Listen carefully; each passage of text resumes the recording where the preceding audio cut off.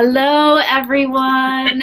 I'm so excited for you all to meet Heidi Edwards. She was recently introduced to me a couple weeks ago by a woman that I was in the sorority with back in the day, Kappa Delta, if anyone cares to know, at the University of Missouri. And the reason I'm so excited to interview Heidi today is because she recently gave a TEDx talk, and it is so fucking powerful. And we'll get into the content and what it's about, but it's all about like women speaking up and sharing their truth and owning their power. And as you guys all know, I have this company, Fearless Public Speaking, and that's what I'm all about. So, and I myself want to be a TEDx speaker. So I thought it'd be so cool for you all to meet Heidi, hear her story and how she actually got onto the TEDx stage, because I'm going to tell you, it's not like you just wake up one morning and you're like, I'm going to give a TEDx talk today. Like, it's a journey, it's an experience. And I think it would be so neat for anyone who's considering this career or destination themselves to hear from Heidi, like what that process was like and how you even, got the inspiration. I mean, I'm sure you have so many stories in your life, but how did you decide to share this one? And this is the one that you felt that people like truly needed to hear at this time. So Heidi, I'll let you go ahead and introduce yourself. Okay, great. Well, first of all, Krista, thank you so much for having me. Like, it is, it's humbling to be able to share this platform with you and know all the good work you do and know that you think it's valuable enough to share that platform with me for tonight. So thank you so much. And I am so passionate about all the same things that you are passionate about. So this is like a great meeting of the minds. So I'm really excited. Just to let your audience know a little bit, I'm not a TED speaker full time. That was just a one-day thing, but I'm a high school English teacher just outside of Milwaukee, Wisconsin. I was also a speech teacher for many years. So that's also what houses some of my love for public speaking and helping people own their voices. So, and that's about it for me. I'm a mom, I'm a wife, I'm a teacher, but also like, I'd like to consider myself a fierce advocate for all women too. So. Beautiful. I love that. A fierce advocate for all women. That's a perfect title. Okay. So yeah, tell us a little bit about, I don't know, where do you think we should start? Like what the TEDx talk is about first, or how you got to the TEDx stage, or? Sure. I'll tell you a little bit about it first. It was when I realized I was going to have this opportunity. What you'll end up finding out is that every TEDx event has a theme. So what you want to talk about has to be somehow housed in that idea. And ours was enlightenment.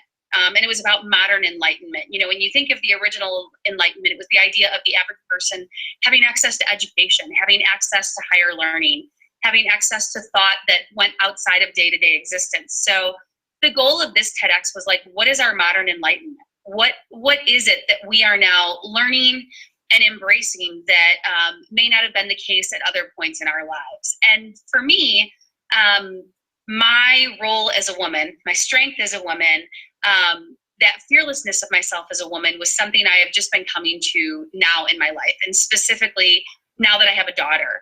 Now, that's not to say that I haven't been fierce and fearless my whole life, but it is to say that having my daughter contextualize what that needed to look like for her every day. And it made me go back and question some things about how I viewed being a woman, how I presented myself out in the world as being a woman. I've walked through lots of non-conventional roles in my life, and there's been so many times that being a woman has directly impacted that, and that I've downplayed being a woman because I felt it was a barrier to some of those journeys. But knowing that I was about to have a daughter and knowing what I owed her in reflection of those roles kind of made me reimagine what I wanted her to see being female looked like, the things I didn't want her to have to do, the things I didn't want her to have to go through. So that's where the concept originally came from. Because if I've been enlightened about anything in my adult life, it is about that power that I had and what I wanted it to look like for her, how I wanted being female to look different for my daughter than it had looked for me. So that was what I saw as my biggest enlightenment.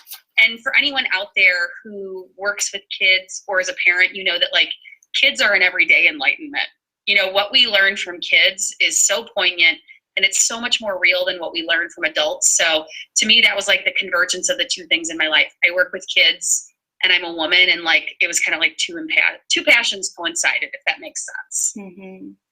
And this is like so all happening for a reason, because I'm pregnant with my first baby right now. I heard that. Congratulations. Yeah, thank you. And we'll find out the gender next week, but I'm like 99% sure it's a girl. And we always just have these feelings, right? Yeah, yeah. And so just so much of this I can relate to right now is wanting to let her know right from the start that she is right. She has a voice, that. And that she matters. And that, yeah, exactly. So like, this is all like such divine, perfect timing. Oh, well, that's awesome. That's awesome. Yeah. Well, and I'll tell you, what's interesting is the way I ended up being in the situation to be able to deliver one was 11 years ago, I think it was. I had just transitioned jobs. I had left being a principal, and I had moved back into the classroom because after having my son, I just was at the point that like my passion wasn't managing adults. My passion was working with kids and having my son reinforce that. So after being in that somewhat administrative role, having him made me realize like, this is not where I want to be. Like, I do my most good with kids. So I transitioned back to the classroom, and in doing so, being the jack of all trades I am, the school that hired me, they were like, well, can you be our speech teacher? And I was like, oh, sure. I taught speeches before, but I didn't realize in the state of Wisconsin, you can't teach speech without a teaching license in speech. So I have a teaching license, but it's in English. So they hired me, and I suddenly realized like, oh, I can do this, but I have to go get this certification. And the person who left that job left nothing. They didn't leave a piece of curriculum. They left absolutely nothing. And I found myself building this speech curriculum day by day. And it was a combination of public speaking and, going through some of the motions, like how do you get over that fear? But then there was also this thing of like, well, what about collaboration? Well, what about leadership? Well, what about conflict management? And I just we were piecing this together. There was another teacher and I working on it. And all of a sudden one day she walked up to me and she goes, have you ever heard of a TED Talk?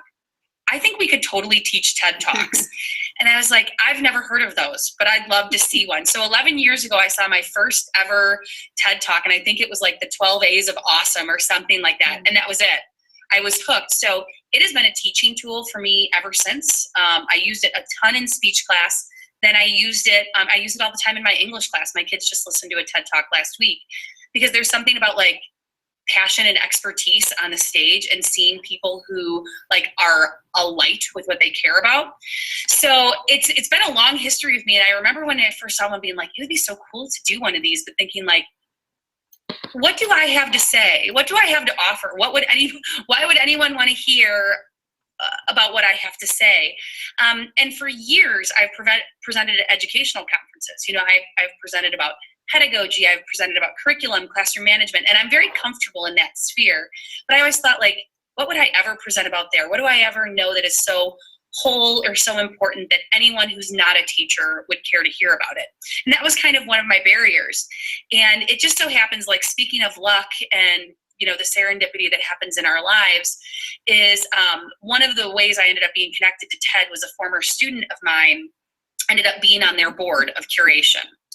And she had kind of contacted me a few times and said, I think you're meant to do this. I think you need to do this. Like, you need to apply for this. You need to do this. And I said, no, I'm fulfilled in other ways. I do my presentations. I teach my students. I'm fulfilled. And she just kept pushing and pushing because like she knew I needed to do it. So then when I finally applied, I said, well, since you asked me, does that mean I'm automatically in? She's like, oh no, they still have to I'm like, dang it. So, which is fine. So I was lucky enough that they selected me. I still, and it was that moment, I'm sure we've all had it, where you take a huge risk and you're so excited and you hope you get it. But then when you get it, you're like, oh no, now I have to do it. Now I have to do it. So that was an interesting moment for me of like something that I would consider a bucket list item, something that I'd like to do, but I don't know that I ever will. And here I found myself like standing in a parking lot. I think I just dropped my daughter off and I got the phone call. I was like, oh, there go my lights. Hold on. Sorry. That was my classroom lights. And I thought, that was perfect timing. There we go. Sorry. we have motion sensors. They're telling me it's time, that I should be home by now. But I wanted to ask you really quick, because I interviewed a woman a couple months ago who had to apply 45 times before she got accepted. So did you? Oh, really? And then I know another guy we interviewed applied 100 times. So like, did you get it on the first time? It was technically my second. Wow. So she, kept pushing me. And what it was, so what's interesting is the first time I applied with this exact proposal, my daughter, my identity. But they were doing something that was, I think it was like a little more tech driven. And she kept saying to me, like, we love your idea. We want you to apply next year. Like, it doesn't fit what we're doing this year. And so when I applied again and got it, it fit really well with Enlightenment. So it worked out really well. But I had never known that anyone 100 times, that is persistence, man. So I'm incredibly lucky then. Yeah. But so, now I found myself having to do this thing that I'd now applied for and said I really wanted and found myself having to do it, which was a whole different process once that began. Wow. Oh, congratulations. Well, thank you. Thank you so much. It is. It really is such a big honor to be on the TEDx stage. I think we've all had moments in our lives where, and as someone who teaches literature, specifically I teach a book where we talk about memory, like remembering and memory, and how some things leave such an impact on our life that even though we remember them crystal clear, we don't feel like they happened to us. Yeah. And that's how I feel about this. Like this, and I have a lot of moments in my life that are pretty defining, but this one has this aura of, I know it happened. I know I was there. People talk to me about it all the time, but it's incredibly surreal. There are some things that are just on a different level. And that's how I felt about that. And what's interesting, my husband was my sounding board like the last month before I did it. So he heard my TED Talk a lot. And the day of, and I've never been able to say this in my life, I'm normally incredibly comfortable with public speaking. I mean, I do it every day up here, but after I was done, I walked up to him. I said, "Did I say everything? Did it all actually happen?" He's like, "Yeah, why?" I'm like, "I blacked out. Like, I don't know." Because, and that's part of TED's process, is they want you to be so autonomous. Like, it needs to be so dialed in that you can do it in your sleep. I said to him, I go, "Did I say everything? Did I miss anything?" He's like, "You got it all. You were fine." I'm like, thank goodness, because I don't remember any of it. So that's interesting you say that, because I feel I'm in Toastmasters right now, and like after I give my speeches or I do the table topics, like it's almost like I black out and I sit down and I'm like, I don't remember what I just talked about, and it's like it's the weirdest experience. So it is. And I talk to students all the time, especially with public speaking, about when we're having normal conversations, we've got two streams going on, like in your head, what you're planning to say and what you actually say. And I feel like there's something about public speaking that like mutes one or the other. And I have I said to them, I go, for example, I gave a graduation speech here a couple years ago. I didn't have that problem, but there was something about some of the parameters and how hard I'd worked on that and the pressure that went into it that day, the number of people out there that I remember my opening, and I remember being like, oh, I'm at the end. And knowing, like, it was so funny because when it ended, my biggest concern was I didn't want to walk off the stage in the wrong direction. You don't want to finish with a bang and then go. So it's funny, the things that I do remember that day. And I told several people who came to see me that day that what I remember is looking into the front row of the audience and seeing someone, one of my colleagues who I didn't know was coming. And then the last thing I remember is being like, don't turn the wrong way when you leave stage, and everything in between. It's a wash. So if there wasn't video of it, I don't know that I would remember exactly how it went up there. That's hilarious. And so and I'm sure being like a speech teacher, like one of the most common things people say is like, I'm so nervous. And, we know that public speaking is the number one fear that exists out there. So how did you combat those nerves and those fears that I'm sure you were feeling before you got on the TEDx stage? It was one of the first times that I kind of had to take my own preaching and test it, because as a teacher, what I do, I consider almost extemporaneous speaking, right? I've got my notes and my slides up in front, and I know my content so well that I don't want to say I wing my teaching every day. There's lots of preparation that goes into it, but presenting to my students or even to my peers about education, is so easy for me. Like, I can just make it up as I go. I'm very comfortable speaking. Even that, when I did that graduation speech, I was slightly nervous by the number of people. You know, it was about 1,000 people, but I had my script in front of me that I could refer to. You know, all of that was fine. I think, though, suddenly when I was facing having to do a TED Talk, I think I had always thought I was excellent at memorization, and what I learned was that I wasn't. So that was my greatest barrier, is after years of being able to speak off the cuff, of being able to have a loose outline and to just kind of go with, because I really feed off of audience energy a lot. And I would always tell my students, stop thinking of your audience as your enemy. Like, they're there to like make you better. They're your energy. You feed off of them, you know, whatever it might be. And suddenly with TED, that's not how it works. We were required to have a script that was fairly word for word for the day that we presented. You know, there is a sign language interpreter that needs to know what you're saying ahead of time. And then the TED organization itself has very strict requirements of, they want the transcript they received to match what you said on that day. And they did say, like, you could play a little bit with it here and there, but that for the most part, you know, it was pretty rigid within that. And I think I had always wondered how those speakers seem so formal and poised, and now it makes sense, because certainly a lot of my students, when they see that version of me, say, like, you're just a lot more like formal than you normally are. You know, you talk to us every day, but that seemed really formal. And I said, yeah, because there wasn't a lot of wiggle room. So that was the greatest challenge for me. So what's funny is normally that type of stuff doesn't make me nervous. But as I approached that deadline, I started to feel like, now I am nervous, not because of the number of people, but because the task I'm being asked to do is so far out of my comfort zone, yet within my comfort zone at the same time. So I always would tell kids, and they laugh at me for this, that my greatest nerves when speaking to a group of people is if I don't know the people, I can't make eye contact with them. If I make eye contact with people, it's all over. You know, it's all over. So I pulled out one of my old tricks that I always used to give my students, which is, as long as you're looking up and you're looking out, like, you've won the battle. You know, no one can tell if you're looking at them. So I found a nice row across the balcony, and I gave most of my TED Talk directly to them. And that's what got me through the first couple minutes. You know, I wasn't talking to someone, I was talking to that balcony. So I used that a lot. And then I started to have to do the things that I never used to have to do for public speaking. I wasn't someone who usually ever had to practice a speech. I just went in and did it. But the formality and the weight of this meant that for the last 3 months before performing it, I practiced it 3 times a day. Wow. Timed with a clicker, like with a board and everything, because it just needed, also the topic was so important to me that I wanted to make sure I did it justice. So, and since my TED Talk's about 20 minutes a day, I think we can do the math on that. So I was doing at least an hour of rehearsing it almost every day for the last 3 months, just because I wanted it to be perfect. I would call in former students and say, I want you guys to sit down. I'm going to give my TED Talk for you. And that helped me get over the barrier of worrying what people were going to think about it. You know, because I was so worried that people would disagree with what I thought or think differently because of what I said.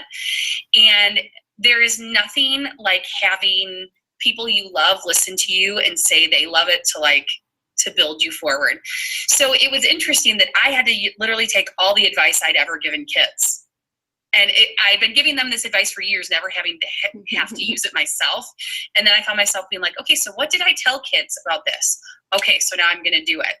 And it was humbling. It was humbling to take a task that had always been easy and make it incredibly difficult. So. Wow. Yeah. I mean, I'm already nervous because I'm like you, like I like to have, when I'm training and public speaking and teaching, like I like it to be conversations and back and forth and asking the audience, and then to be like on script, like, oh, I didn't even think about that. You wouldn't think it would be that hard, but man, that was the biggest challenge for me, certainly.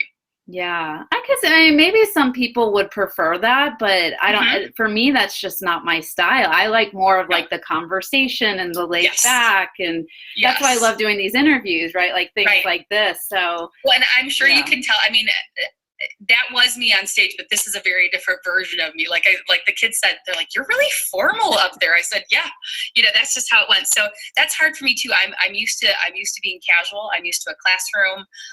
And again, I'm used to a give and take, so that was a little difficult for me, but I also told my students that if there was ever a year in my life where I remembered what it is to be pushed and to be challenged last year, it was that year. Like, I haven't grown that much ever, but it's also because in adulthood, I don't think I've been that uncomfortable. Wow. It was a good discomfort that really pushed me and made me a lot better. And it's a ripple effect in everything in my life. Mm-hmm. So it's been a great experience. Yeah. And then the best part too is, now it's on YouTube and it's recorded on the TEDx website. And so like, people from that one talk, like, you can inspire millions of people over and over again, because it's such a powerful message. It's crazy. I thought it might get like 100 views. So it just and I thought it would be like all people I knew. So it's been so cool. It's been so incredible and so cool, because I didn't know what would come of this. I didn't know. And in all honesty, in the weeks leading up to it, like, I know you and I had talked about, what were one of the things that made me nervous. In all honesty, like, what people would think of it made me nervous.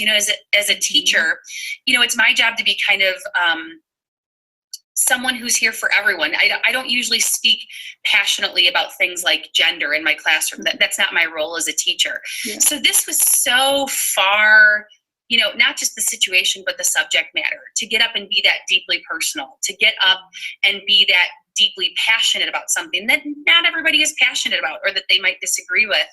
I remember saying to my husband, well, what if one of our friends sees it and they're like, well, I don't agree with her. He's like, well, then I guess we don't agree with them. He's like, it is what it is. But it's amazing how quickly we're returning to those fears of like, what if I'm not good enough? What if my ideas aren't right?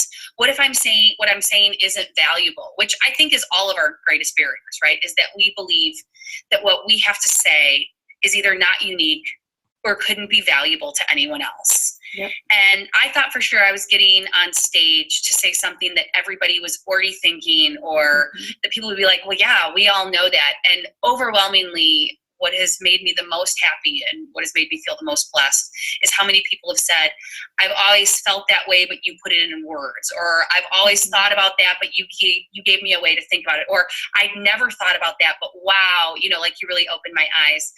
Because my greatest fear was relevance. Why would anybody want to hear, what I had to say? And it has been humbling to know how many people have wanted to hear it be said. So that's been really, really, really cool. Yeah, I was getting honest with myself the other day and said, what are my greatest stories in my head with being scared of doing a TEDx talk? And I think the biggest thing is yes, there's all that, like, being on stage and the scripting and that, but like, really the biggest thing is like, am I important enough, and do I have something valuable enough to say that people would actually like pay to an event, or, really want to listen to it? And we just hosted a workshop right before this, teaching people how to turn their life story into signature speech. And all the women were saying that as well. You're right. It goes back to that, am I good enough story? Yeah. Am I worthy of this? Right. Yeah. And I will say, if I've learned anything throughout this, like, we're all worthy of it. Like, who else is going to tell your story? Like, who else has walked through what you've done? Like, who else has been you? And I tell my students the same thing. Like, the greatest gift we can give ourselves is authenticity. Like, no one else has lived what you've lived. Like, own it. And working with teenagers, they desperately want to be like everybody else. So authenticity is hard for them. But now as an adult, I feel like we're the opposite, right? You feel like, well, there's nothing authentic about me. Like, no one could learn from me, or whatever it might be. But like, I think that's the greatest lie of worthiness we tell ourselves. Like, there is not a person alive who doesn't have a story that could impact someone, that could inspire someone. Like, we've all walked through things that are worthy of being told. And, if this has taught me anything, it's that. Oh, you put it so beautifully. Oh, well, thank you. I was like, I want to turn that into an Instagram post. Go for it. You do whatever you want to do. But, even just like, in your opening, you had such a catchy opening, and you were saying how like you were disappointed by finding out that you had a daughter and you didn't even want a daughter to begin. Like even just someone publicly saying that, it was like so like, whoa, she went there. Because I could see a lot of people being like, oh, you should just be grateful that you have. And I know eventually, like, you know, I'm sure you're in love with your daughter and it is fine, but like just you sharing that alone was like so brave and bold and courageous, and grabbed my attention right from the start. Thank you. And believe me, I still worry about the day that when she's old enough to watch that opening line, and I pray that she keeps on watching, because otherwise I'm like, oh gosh, someday my daughter's going to turn it on and be like, did you really just say you didn't want a daughter? Did you really just say? But you know what? There's so many things about parenthood, whether it be the assumption that you already have a boy, so you're going to have another one, or just the fact that I had never let myself even contemplate having a daughter. I don't know why. And there were so many levels of questions to unpack within that. Like when I realized I was disappointed about it, I was not only disappointed about having a daughter, but I was disappointed in myself for being disappointed. You know, there were all these levels. And when we talk about shame, which I think a lot of women deal with, like we don't want to talk about our stories because shame is wrapped up somewhere in that. I would not have been proud to ever turn to anyone and say, I'm disappointed I'm having a daughter. I'm disappointed that I'm having a healthy, beautiful daughter. I'm disappointed that I'm having a whole and wonderful daughter. You know, like that is a selfish thing to think. And I like to pride myself on not being selfish in that way. So when I found myself being like, I'm so disappointed. And I know people ask me for days, like, what is the matter? And I'm like, nothing. Like, I didn't even know what to say. And that started that journey. And I've tried really hard to not look in the comments, you know, under the YouTube video, because nothing good happens in the comment sections of YouTube. But the first comment that was posted when I realized it was on there just said, whoa, who admits at the beginning of their speech that they didn't want a daughter? And I was like, well, I guess it's me. But the speech teacher in me also knows, and I used to tell kids this, you know, you've got a finite amount of time to grab your audience and either bring them on a journey with you or you lose them. And to me, honesty was the way to grab my audience.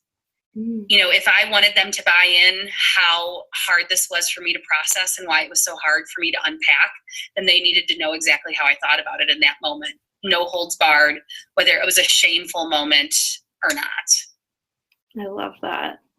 No, you're so right. I mean, that's what I'm writing that down. We were just teaching about that. It's like, you have to have that shocking, bold statement in the beginning that grabs people's attention, because people are so ADD and they're going to be looking on their phone or thinking about what they have to do later that day. And you need something, like you said, within like seconds that pulls them into the story, takes them on that journey. So I love that you did that. Thank you. Yeah, absolutely. Okay, well, let's begin to wrap this up. So, Heidi, what kind of advice would you like to give to someone who is, you know, feels that they have these big life stories and experiences and maybe someday would like to bring that onto a stage or the TEDx stage? Like, what kind of advice could you give them at this time? You know, I will say that I'm lucky in that some people helped connect me with this. You know, I don't know. I'd like to believe I would have been bold enough or brave enough to do it at some point. But what I will say is I spent our 8 months of curation with TED working with people whose ideas were incredible and working with people who were ready to shine a light on things that needed light. And while those people were incredible and while they were talented and while they wanted to shine a light, those people were human and they were everyday people from around the city of Milwaukee who do good work in our little microcosm right here. And if any of those people had felt their story wasn't important enough to pursue that, the world would be missing some really great information. You know, people walked out of our TED presentation having their minds changed, having ideas in their head that they had never even conceptualized before. My husband is my greatest sounding board. He sang for all of those presentations and he's like, Heidi, you were good, but I learned so much today. You know, and we still today talk about some of those things. And what I would challenge anyone to, if they're thinking this is something they want to do or something they want to push themselves to, is to block out those ideas of lack of worthiness. Like, We're all worthy. And the other thing I want to point out is, I don't know how you feel about Brene Brown, but she's one of my favorite speakers of all time. Yeah. And she talks about how nothing good can be done without being vulnerable. And if you're sitting around waiting for greatness or waiting to do something bold and you are not willing to be uncomfortable and you're not willing to fail, then that greatness or that boldness is never going to happen, because they don't happen in our comfort zone. People are naturally drawn to people who are willing to take risks and people who are willing to be real. And I think anyone who's willing to be vulnerable, to experience some of that vulnerability in front of people, like, that is authenticity that we can't fake, right? Like that creates real messages. And ultimately, most of us don't want to see exceptional people. We want to see real people. We want to see how real people move through the world. We want to know that someone else is thinking about having a daughter the way we are, that somebody else is thinking about this political issue the way that we are. That kind of unity is something that's a gift we can give the world, no matter who we are, right? No matter what role we play. So I always encourage people, if it scares you, it's probably a good idea. You know, nothing good is going to happen by you not doing things that scare you. And I tell my students the same thing all the time. Worst case scenario, you fail. And if you fail, you learned. You know, it is what it is. I almost quit twice. Twice I turned to my husband, I said, I can't do it. I can't do this. Like, it's too much work. I can't do it. And he would say, but you've come this far. I'm like, you're right. Okay. So I'm going to go back and I'm going to do it. But even the morning of, and this will be the last thing I tell you about like failure and why vulnerability matters. I almost quit the morning of. I got out to do my dress rehearsal, and I'd been practicing my timing, because you're in a very strict time window. I'd been practicing my timing with a clock that counted up. So it went from 0 to 18. So I was ready to go. I'd finally gotten my time all right. And I got up on stage and realized the clock that they had counted backwards, which sounds like nothing to the average person. But I had vocal cues at certain times. And I stood on the stage, like, not even like I hadn't put on my makeup or done my hair or anything. Like, I was still in sweatpants. And I know I cussed. I know I did. I know I was like, oh, shit. And I was like, you guys, what do you mean the clock counts down? I can't do this. And they were like, just take a deep breath. I was like, you know what? I'm here. I'm not going to make it to the day of. If I go over, I go over. And I just went ahead and did it. Mm-hmm. But there's all sorts of things, little or big, that are going to be barriers. But I will tell you that I ended that day and I thought, this was single-handedly one of the most rewarding things I ever did for myself. Like, for myself, because obviously being a parent is rewarding, being a teacher is being rewarding, but this like paid me emotionally for a long time. You know, it filled up that bucket of worth, right? Like, I think I have felt more worthy in the past year, and it's because I took time to do something that made me better and that pushed me in that way. So I tell people, like, go for it. Go for it. Like, there's nothing to lose. There's a ton to learn. I love that. And I'm so happy that you mentioned Brene Brown. She's my favorite. Yeah, I was like, I hope her name comes up in our conversation. Just because, yeah, all the women in our community, we're all coaches and entrepreneurs, and we're obsessed with Elizabeth Gilbert, Brene Brown, Glennon Doyle. I know, is it Glennon Knowlton Doyle? But yeah, all those women who are just, you're right, they put themselves out there, they're vulnerable, and I totally agree with you. Like, the world wants to see real people on their authentic journeys, because then it's more relatable, and then we don't feel so alone. And I think we're over perfection, right? Like, we're overseeing what could be perfect. Like, I want to know what can be real. That's what I want to see from people.